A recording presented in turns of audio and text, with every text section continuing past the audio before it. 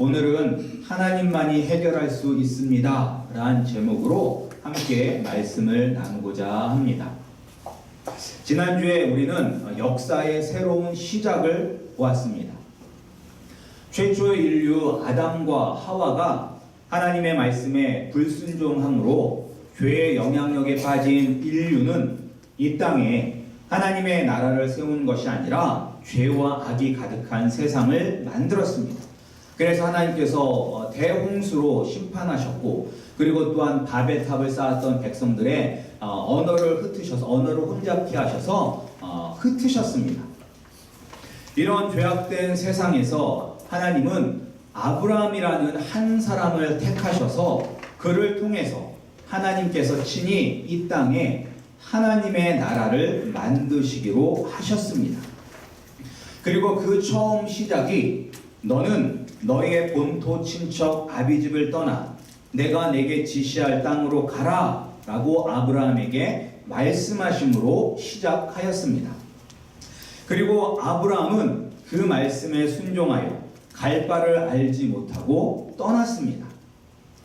그리고 약속의 땅 가나안에 도착하였고, 그리고 세겜 땅에서 살아계신 하나님을 만나게 되었습니다. 거기서 하나님께서 또한 아브라함에게 말씀하셨습니다. 내가 이 땅을 내 자손에게 주리라 라는 축복의 말씀을 하셨습니다.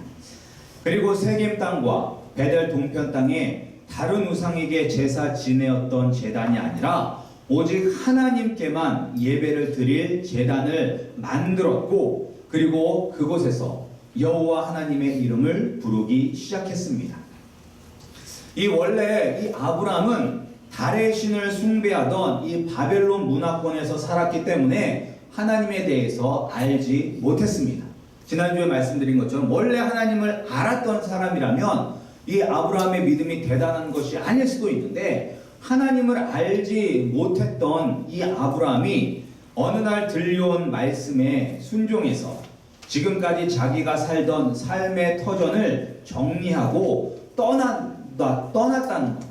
그것은 쉬운 일이 아닐 것입니다. 그런데 아브라함이 믿음으로 순종하였습니다. 이것이 바로 진정한 믿음인 것입니다. 그런데 이 믿음의 사람이 오늘 말씀을 보면 과연 이 사람이 말씀을 듣고 믿음으로 본토 친척 아비집을 떠났던 사람이 맞는가 하는 그러한 생각이 드는 행동을 하고 있습니다. 아브라함에게 어떤 일이 있었냐면 약속의 땅에 기근이 들었습니다. 흉년이 들은 거예요. 아무리 약속의 땅이라 할지라도 이 세상에 있는 땅이기 때문에 기근이 없을 수는 없습니다. 성경에 보면 이 기근이 메뚜기 때 때문에 있을 수도 있고, 그리고 또한 전쟁 때문에 기근이 들 수도 있습니다. 그리고 가뭄 때문에 기근이 있을 수도 있습니다. 그런데 이 기근이 매우 심하였습니다. 그러니까 우리가 이것을 어떻게 알 수가 있냐면 10절 말씀에 보면 기근이라는 단어가 2번이나 나오기 때문입니다. 우리가 10절 말씀을 같이 한번 읽어보겠습니다. 우리 10절입니다. 시작. 그 땅에 기근이 있으므로 아브라함이 애굽에 우거하려 하여 그리로 내려갔으니 이는 그 땅에 기근이 심하였음이라 라고 기록되어 있습니다. 그러니까 기근도 그냥 기근이 아닌 심한 기근이라고 이야기하였습니다. 우리가 수요 예배 때도 보았지만 이 가나안 땅은 산지가 많고 강이 평야보다 낮은 곳에 있습니다. 그러니까 이 가나안 땅에 보면 갈릴리 바다라고 불리는 그런 갈릴리 호수가, 큰 호수가 있고, 그리고 그 갈릴리 호수에서부터 저 밑에 사이까지 요단강이 흘러갑니다. 그런데 이 갈릴리 호수나 이 요단강이 이 이스라엘 백성들이 살고 있는 땅보다 더 낮은 곳에 있어요. 그러니까 그 땅은 산지기 때문에 이스라엘 백성들이 높은 곳에 살고, 그리고 그 강은 이 밑에 흐르고 있는 거예요. 그러니까 그 당시 사람들은 도저히 이 밑에서 흐르고 있는 그 강물을 자기가 살고 있는 곳으로 옮길 그런 기술이 없었던 것입니다. 그래서 이스라엘 백성들은 오직 하늘만 바라보고 살아야 되는 것입니다. 그런데 그에 반해서 이 애굽은 1년 내내 풍부하게 흐르는 나일 강이 있었기 때문에 가뭄이나 기근의 영향을 덜 받게 되는 것입니다. 그래서 이 아브라함은 기근이 너무나 심해서 이 잠깐 동안 이 기근을 피하기 위해서 애굽으로 갔습니다. 그것은 우리가 이해할 수도 있습니다. 워낙 가뭄이 심하니까 잠깐 동안 애굽으로 피할 수 있지라고 생각할 수가 있습니다. 그런데 애굽에 이르렀을 때, 그러니까 애굽에 다 이르렀을 때 자신의 아내 사라에게 부탁을 합니다. 그 부탁의 구체적인 내용이 12절 말씀입니다. 우리가 12절 말씀도 함께 읽어보겠습니다. 12절 말씀입니다. 시작. 원컨대 그대는 나의 누이라 하라. 그리하면 내가 그대로 인하여 안전하고 내 목숨이 그대로 인하여 보존하겠노라 하니라. 이때 사라의 나이가 얼마였냐면 65세였습니다. 근데 65세였음에도 불구하고 이 사례가 참 이뻤나 봅니다. 그래서 이 말은 무엇이냐면 이쁜 당신이 내 아내란 사실이 알려지면 애굽 사람들이 나를 죽이고 당신만 살릴 것이니 제발 사람들에게 나는 당신의 오빠라고 이야기하고 당신은 내 누이 동생이라고 이야기해 주시오라고 이렇게 사례에게 간청을 한 것입니다. 그리고 사례는 그 간청을 받아 주었습니다.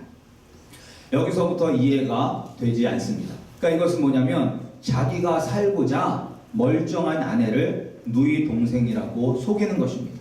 과연 이것이 믿음의 사람으로서 할 수 있는 일인가? 라고 생각했을 때 믿음의 사람이라면 이렇게 해서는 안 되는 것이다 라고 우리가 다 생각을 할 수가 있습니다. 그런데 여기서 끝나는 것이 아닙니다. 이 사례의 아름다움을 본 애굽의 관리들이 이 바로에게 이 사례에 대해서 이야기를 했고 그리고 바로는 이 사례를 보고 자기의 첩으로 삼게 됩니다. 이때도 아브라함은 침묵합니다. 남편이었던 아브라함은 침묵합니다. 그리고 그 침묵하는 대가로 양과 소와 노비와 암수 나귀와 약대, 낙타를 얻게 되었습니다. 그러니까 결국은 자기 아내를 판 거죠. 자기가 살고 위해서 자기 아내를 판 것입니다. 어떻게 이런 일을 할 수가 있을까요? 믿음의 사람 아브라함, 다른 사람도 아닌 아브라함입니다. 만약 여러분들이 아는 사람들 가운데서 한 사람이 자기만 살겠다고 아내를 누이 동생이라고 속이고 그리고 자신의 아내가 남의 집에 첩으로 팔려가도 가만히 있었다는 사실을 안다면 여러분들은 그 사람을 향해서 뭐라고 말씀하시겠습니까? 아마 좋은 소리는 하지 않았을 것입니다. 거의 다 욕했을 거예요. 그런데 어떻게 말씀에 순종해서 본토 친척 아비집을 떠나서 그 먼 가나안 땅까지 온 아브라함이 어떻게 오늘 말씀을 보면 전혀 믿음이 없는 사람보다 더 망가질 수가 있을까요? 우리가 지난주에 보았던 12장 1절부터 9절까지 나온 아브라함의 모습과 오늘 본문에 나오는 아브라함은 마치 전혀 다른 사람처럼 느껴집니다. 어쩌다가 아브라함이 이렇게 되었을까요? 그런데 이 모습이 바로 우리의 모습일 수도 있다는 것을 우리는 알아야만 합니다. 그렇다면 왜 아브라함이 이렇게 망가졌는지 우리가 한번 함께 보겠습니다. 첫 번째로 아브라함이 이렇게 망가졌던 이유는 기근 때문입니다. 기근. 어떻게 보면 이 기근에서 버티는 것이 본토, 친척, 아비집을 떠나는 것보다 더 힘든 일일 수도 있습니다. 왜냐하면 이제 본토, 친척, 아비집을 떠날 때는 아브라함은 그래도 성공한 인생이었습니다. 그래서 성경을 보면 하란 땅에서 모은 모든 소유와 얻은 사람들을 이끌고 나왔다고 해요. 그러니까 몸만 나온 것이 아니라 그 땅에서 얻은 모든 소유물들, 재물들과 그리고 그 땅에서 얻은 사람들, 집에서 일하는 종들까지도 다 데리고 나왔다는 것입니다. 그러니까 어딘지도 모를 약속의 땅을 위해서 긴 여행을 떠났지만 당장 먹고 사는 것을 걱정한 상황은 아니었었습니다. 단지 미래에 대한 불안감, 과연 하나님께서 지시할 그 땅이 어딜까? 어디까지 가야 할까? 그러한 불안감이 있었고, 그리고 또한 여행 중에 불편함과 번거로움은 있었을 것입니다. 예. 물론 이것도 엄청난 결단이 있어야 가능하겠지만, 이게 당장 죽느냐 사느냐 하는 그런 걱정거리는 없었습니다. 하지만 기근은 죽느냐 사느냐의 문제입니다. 예. 당장 오늘 먹을 것이 있느냐 없느냐의 문제인 것입니다. 그러니까 오늘날에 이 땅에 사는 아이들은 그럼 모를 거예요. 제가 국민학교 다닐 때도 사람들이 유교 위에 부모님이나 할아버지 할머니들이 유교 이야기에서 야 그때는 정말 먹을 게 없어서 풀뿌리를 깨어 먹었다 그런 이야기들 하면 애들이 하는 얘기가 왜 라면 끓여 먹으면 되지 왜 풀뿌리를 캐 먹어요? 그런 얘기를 했거든요. 그러니까 오늘날에 이 땅에 사는 아이들도 배고픔이라는 것을 모를 거예요. 하지만 오늘 이 시간에도 이 아프리카 같은 곳에서는 먹을 것이 없어서 죽어가는 아이들이 많이 있습니다. 그 아이들에게 있어서는 정말로 먹는 것은 죽느냐 사느냐의 문제인 것입니다. 그래서 우리 말에도 목구멍이 포도청이란 말이 있는 것입니다. 이 말은 먹고 살기 위해서라면 차마 하지 못할 일까지도 하게 된다는 것입니다. 우리가 살기 위해서 더 잘 사는 것이 아니라 우리가 하루하루 생명을 유지하기 위해서라면 체면이고 명예고 다 버리고 뭐든지 할 수 있다는 말입니다. 특별히 우리 이민 1세대 분들은 이 말 뜻을 누구보다 더 잘 아실 것입니다. 낯선 미국 땅에 와서 한국에서는 한 번도 해보지 않았던 그 힘들고 어려운 일들을 많이들 하셨을 것입니다. 왜 그렇게 힘들고 어려운 일을 했었냐면 자녀들 교육시키고 먹고 살기 위해서 하셨습니다.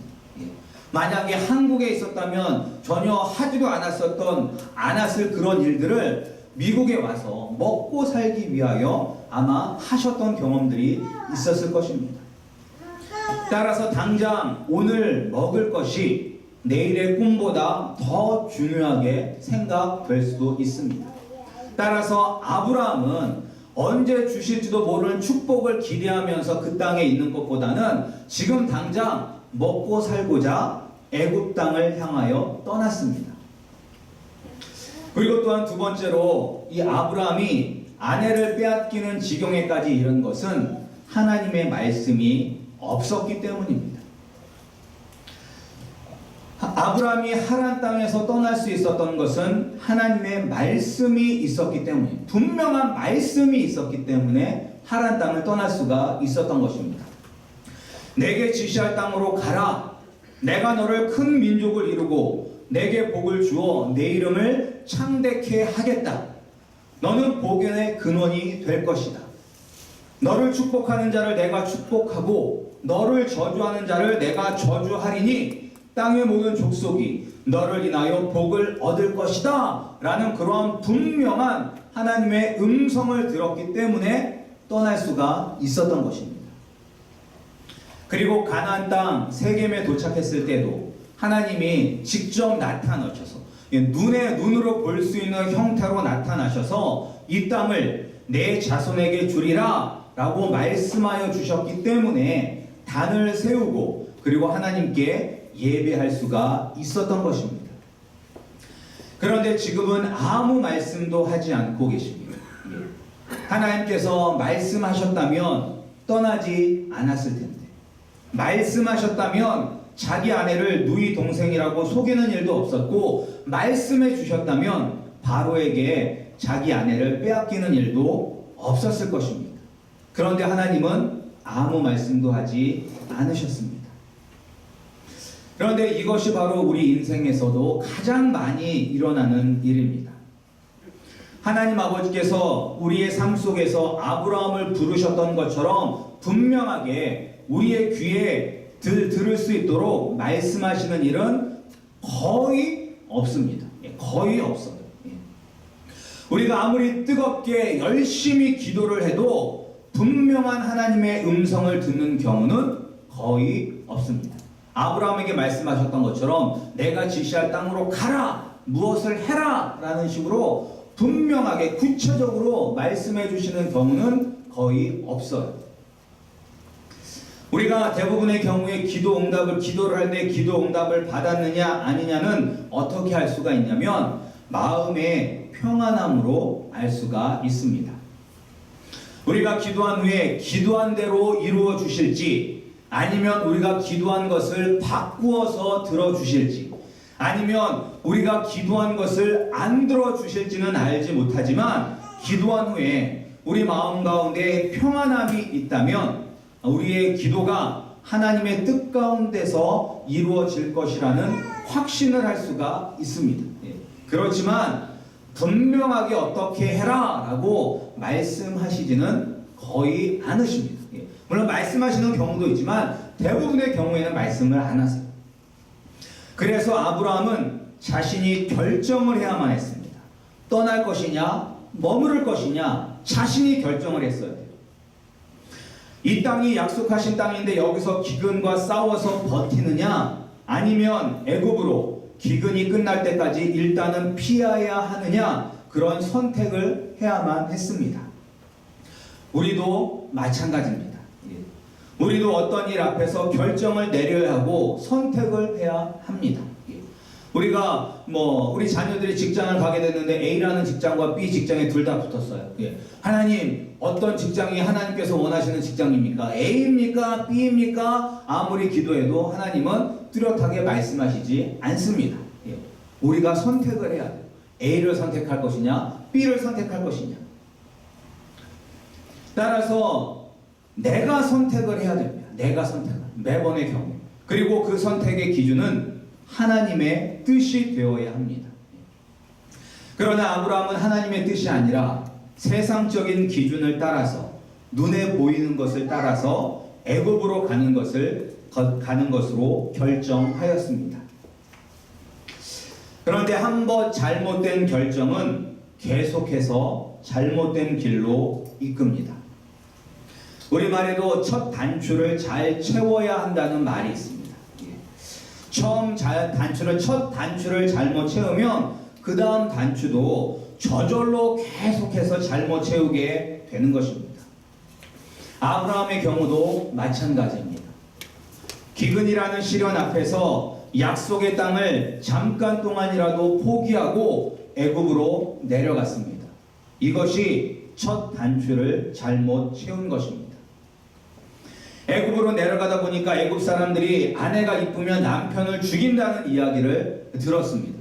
그러니까 애굽 땅이 어떤 곳이라는 것을 들었어요. 바로 왕이 어떤 사람이라는 것을 들었어요. 들었기 때문에 이런 생각을 할 수가 있는 거예요. 내가 살기 위해서는 내 아내를 누이 동생이라고 해야지만 내가 살 수 있겠구나 라고 그런 생각이 들었던 거예요. 그러면 자신이 가나안 땅의 기근이 끝날 때까지 살 수 있을 것이라고 생각했습니다.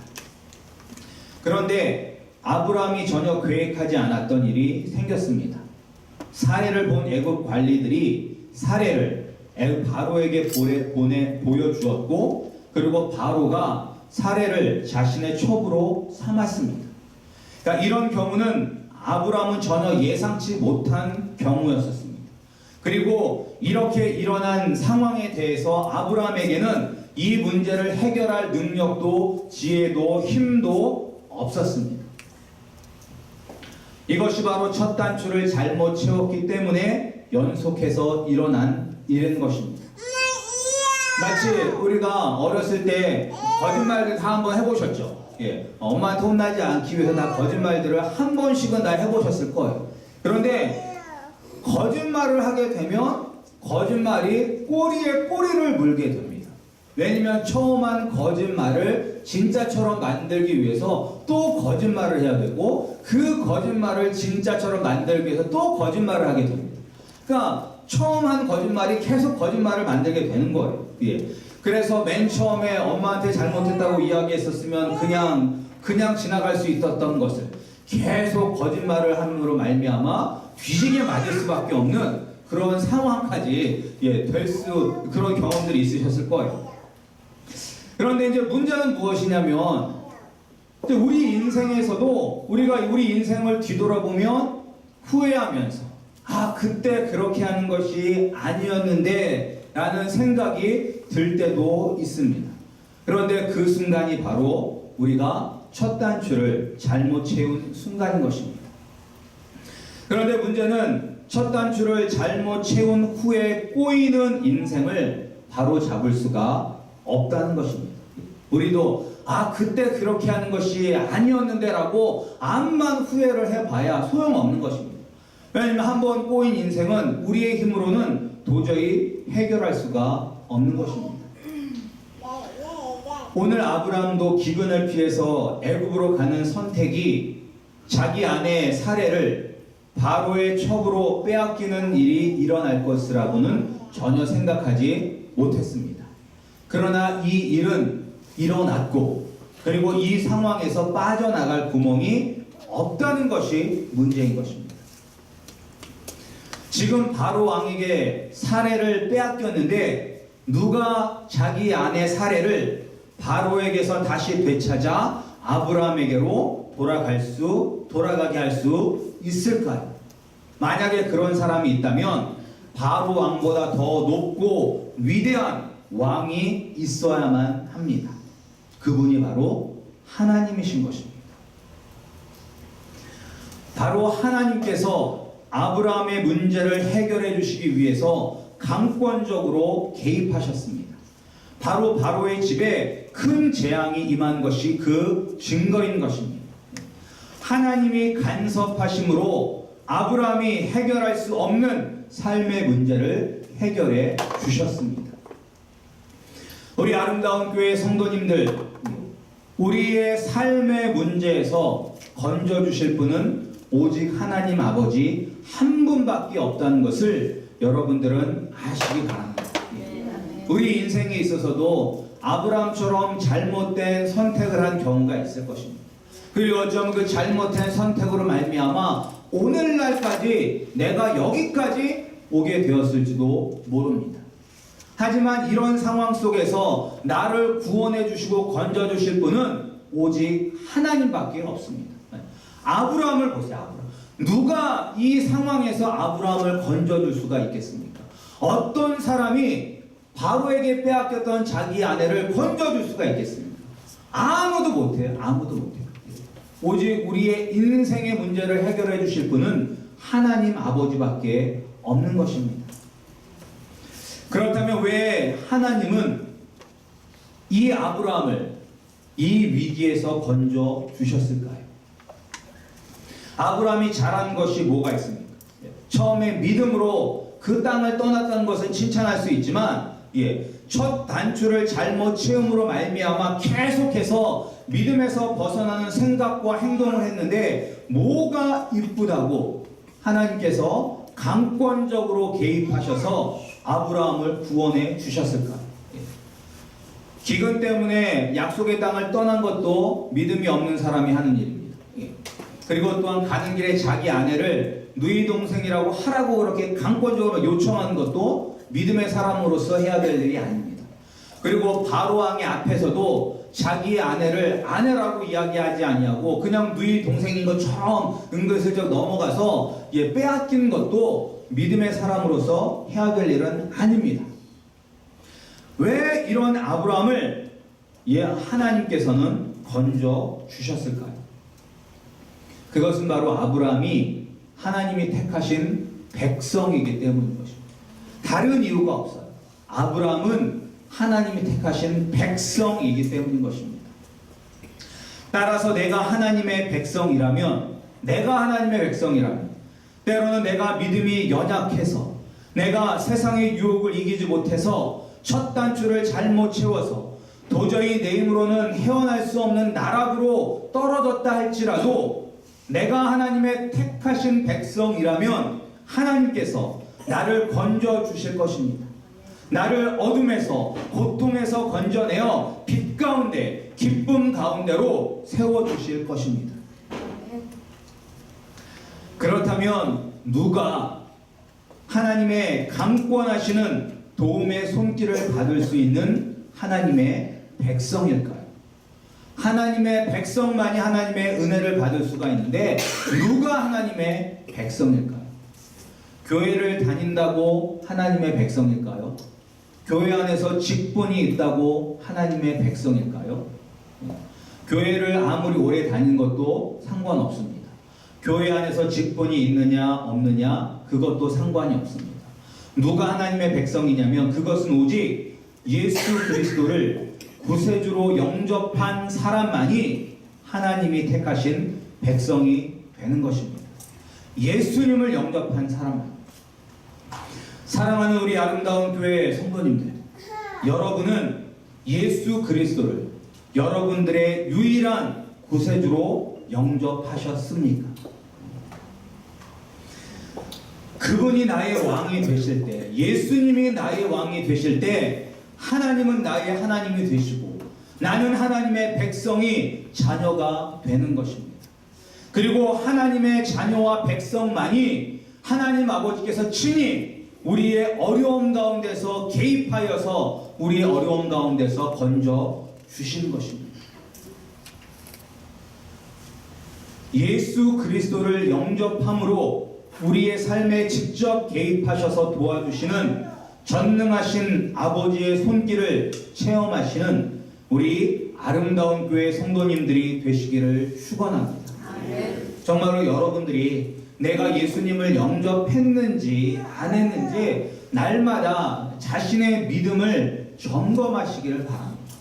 내가 예수님을 영접하지 않았음에도 불구하고, 그러니까 오늘날에는 목사님들 중에서도 예수님을 믿지 않는 사람들도 있습니다. 뭐 더 이상 놀라운 이야기는 아니에요. 목사님들도 이렇게 앞에서 예수님에 대해서 이야기하고 하나님에 대해서 이야기를 해도 예수님을 믿지 않는 사람이 있을 수 있습니다. 이런 성경에 대해서 가르치는 신학교 교수님들도 성경은 가르치지만 성경에 나와 있는 하나님을 믿지 않는 사람들도 있습니다. 오늘날 이 땅에도 이 교회도 정말로 나는 뭐 한일교회나 미국교회나 마찬가지겠죠. 외로워서 사람 만나고 싶어서 그냥 어디 가서 막 이야기는 하고 싶은데 다 미국 사람들이고 여기는 뭐 미국 사람이 아니라 남미 사람들이죠. 남미 사람들이니까 이야기할 사람들도 없고 그냥 교회 가야지만 이야기할 수 있으니까 교회 가서 사람 만나고 싶고 그래서 오는 분들도 있습니다. 그러니까 우리가 예수님 때문에 이 자리에 있는 것이 아니라 다른 이유 때문에 이 자리에 있다면 하나님이 나의 하나님이 되실 수가 없습니다. 나는 하나님의 백성이 될 수가 없습니다.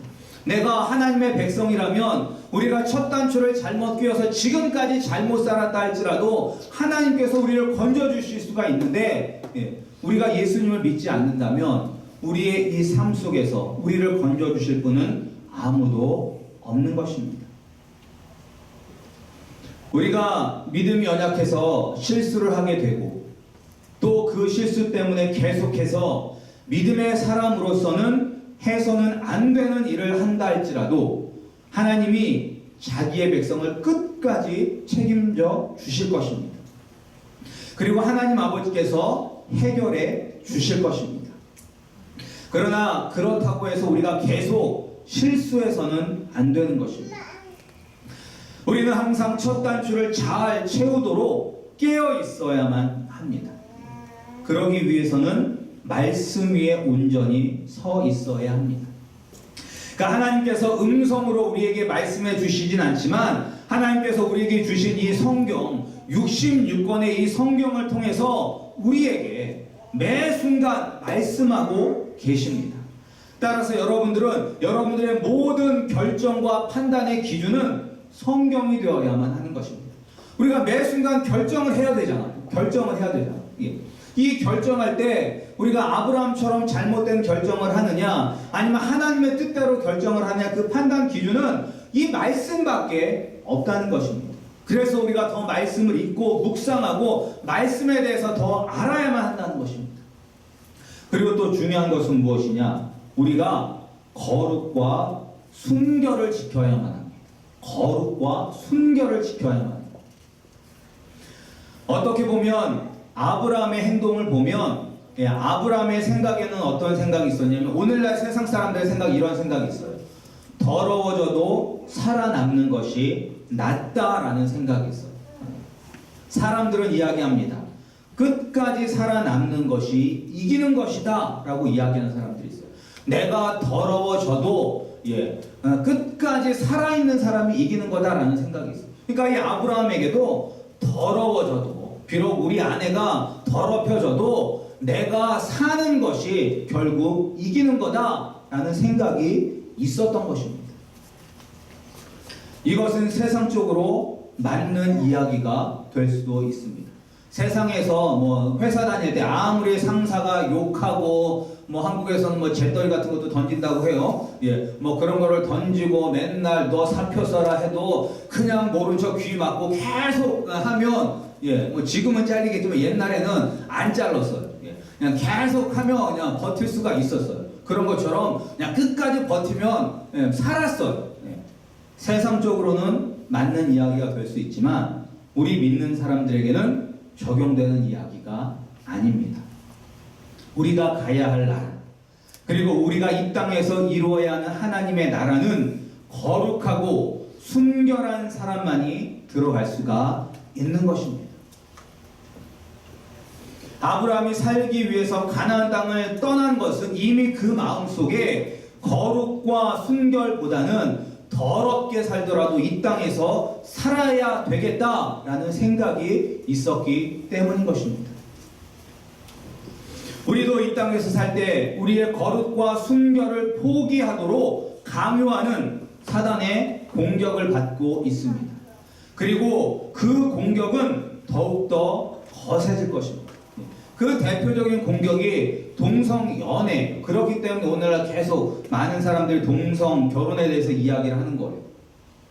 그러니까 이제 이 6월 말에 만약에 대법원에서 지금 대법원의 5명은 좀 진보적인 사람들이고 4명은 보수적인 사람들이에요. 그래서 대법원으로 가면 이 결정이 동성결혼을 인정하는 쪽으로 되기 때문에 지금까지 대법원에서 조용히 있었다고 그렇게 이야기들을 합니다. 근데 이제 이것이 대법원에서 만약에 이것이 합법적이다라고 이야기하는 순간 52개 주가 전체적으로 다 그냥 동성결혼이 합법화가 되는 거예요. 그리고 우리는 거기에 대해서 아무 소리도 못해요. 지금도 우리가 함부로 이야기할 수가 없어요. 그러니까 어떤 일이 있었냐면 얼마 전에 이 티셔츠에다 로고를 찍는 그런 사업을 하는 사람이 있었어요. 그런데 그때 어떤 주문이 들어왔냐면 동성 연애자들이 이제 행사를 하는데 이 로고에다가 이 가정에 대한 것을 쓴 거예요. 그런데 이제 그 가정이 한 남자와 한 여자의 결합이 아니라 도저히 신앙을 가지고 있는 자기의 신앙으로는 받아들일 수 없는 내용의 그런 이 로고를 그 글자들을 새기는 거예요. 그래서 이 사람이 자기는 그것을 못하겠다라고 이야기를 했어요. 자기는 도저히 신앙 양심상 못하겠다라고 이야기를 했어요. 그런데 이 사람이 그런 동성 연애자들을 이렇게 혐오하거나 뭐 이렇게 무시하는 사람이 아니었었어요. 다른 동성 연애자들이 하는 그런 행사에도 그런 것이 아니라면 기꺼이 로고를 찍어서 납품을 하였고, 그리고 그 직원들 가운데서도 동성 연애자들이 있었어요. 그런데 단지 이 로고를 새기지 않았다는 그 이유 하나만으로 고소를 했어요. 그리고 그 사람은 지금 심각한 위기에 빠져 있습니다. 사업을 접어야 할지도 모르는 심각한 위기에 빠져 있어요. 그러면서 세상 사람들은 뭐라고 이야기하냐? 네 신앙은 교회 안에서만 이야기해라. 교회 밖에 나와서는 신앙을 이야기하지 말아라! 라고 이야기하고 있는 세상에서 지금 우리가 살고 있습니다. 그러니까 만약에 이것이 합법화가 되면 우리의 모든 삶 속에서 우리는 어디 가서도 동성연애는 죄다라고 이야기할 수가 없어요. 성경에 나와 있음에도 불구하고 교회 안에서만 이야기할 수 있지 교회 안에서도 이야기할 수 없을 수도 있어요. 하지만 분명히 창세기 시작하자마자 하나님께서 한 남자와 한 여자가 결합하여 이 한 몸이 되었다라고 분명히 가정은 한 남자와 한 여자의 결합이라고 말씀하셨습니다. 그리고 로마서 1장에도 보면 분명히 남자와 남자가 서로 만나고 여자와 여자가 만난 것이 죄라고 하나님께서 분명히 말씀하셨습니다. 그러니까 분명히 죄예요. 하지만 더 이상 죄를 죄라고 이야기할 수 없는 세상에서 우리가 살게 된다는 것입니다. 문제는 우리의 자녀들이 더 그런 세상에서 살아야 된다는 것입니다. 그런데 더 큰 문제는 그렇다고 하나님께서 자기의 기준을 낮춰주시느냐? 그것은 아니라는 것입니다. 여전히 하나님은 하나님의 자녀는 이 세상에서 거룩하고 순결하게 살아야만 하는 것입니다. 예. 우리의 자녀들은 정말로 믿음을 지키기 위해서 이 미국 땅에서 순교할 수도 있습니다. 우리는 아닐지는 모르지만 이 미국 땅에서 믿음을 지키기 위해서 순교할 수도 있습니다. 그런 상황에서 누가 우리를 건져낼 수가 있겠습니까? 하나님밖에 없다는 것입니다. 하나님밖에. 따라서 우리는 이 그리스도의 거룩한 신부로서 우리의 거룩함과 순결함을 지켜야 하고 그리고 끝까지 싸워야만 합니다. 그러면 하나님이 친히 개입하여 주셔서 우리를 승리케 하여 주실 것입니다. 우리가 첫 단추를 잘못 채웠을 때에도 강권적으로 개입하셔서 우리를 구원해 주신 하나님 아버지께서 거룩과 순결을 지키기 위해서 애쓰는 우리에게는 더 큰 능력과 더 큰 은혜를 우리에게 부어 주실 것입니다. 그리고 또한 그 능력과 은혜를 다 받아 누리시는 우리의 아름다운 교회와 우리 성도님들이 되시기를 간절히 축원합니다. 함께 기도하시겠습니다. 하나님 아버지 감사드립니다. 하나님, 우리가 이 세상에 살면서 우리의 힘으로는 도저히 감당할 수 없는 일들을 우리가 만나게 됩니다. 우리가 믿음이 있음에도 불구하고 그 믿음대로 살지 못하고 첫 단추를 잘못 끼므로 말미암아 계속해서 어긋나는 인생을 살 수도 있습니다. 하나님, 그러나 그때 우리가 하나님의 자녀라면, 우리가 예수 그리스도를 믿음으로 말미암아 하나님의 백성이 되었다면 하나님 아버지께서 친히 강권적으로 우리의 삶 가운데 개입하여 주셔서 우리를 구원하여 주시고 주님의 나라로 우리를 인도하여 주실 것입니다. 하나님 아버지, 우리가 그 믿음을 갖게 하여 주셔서 이 타락하고 어두운 세상 가운데서 그리스도의 거룩한 신부로서 살아갈 수 있도록 은혜 베풀어 주시옵고, 우리가 그렇게 이 세상의 어둠과 치열하게 싸워갈 때 우리에게 최후 승리를 주시는 하나님 아버지의 은혜와 사랑을 경험하게 하여 주시옵소서. 이 모든 말씀 예수 그리스도 이름으로 기도드렸사옵나이다. 아멘.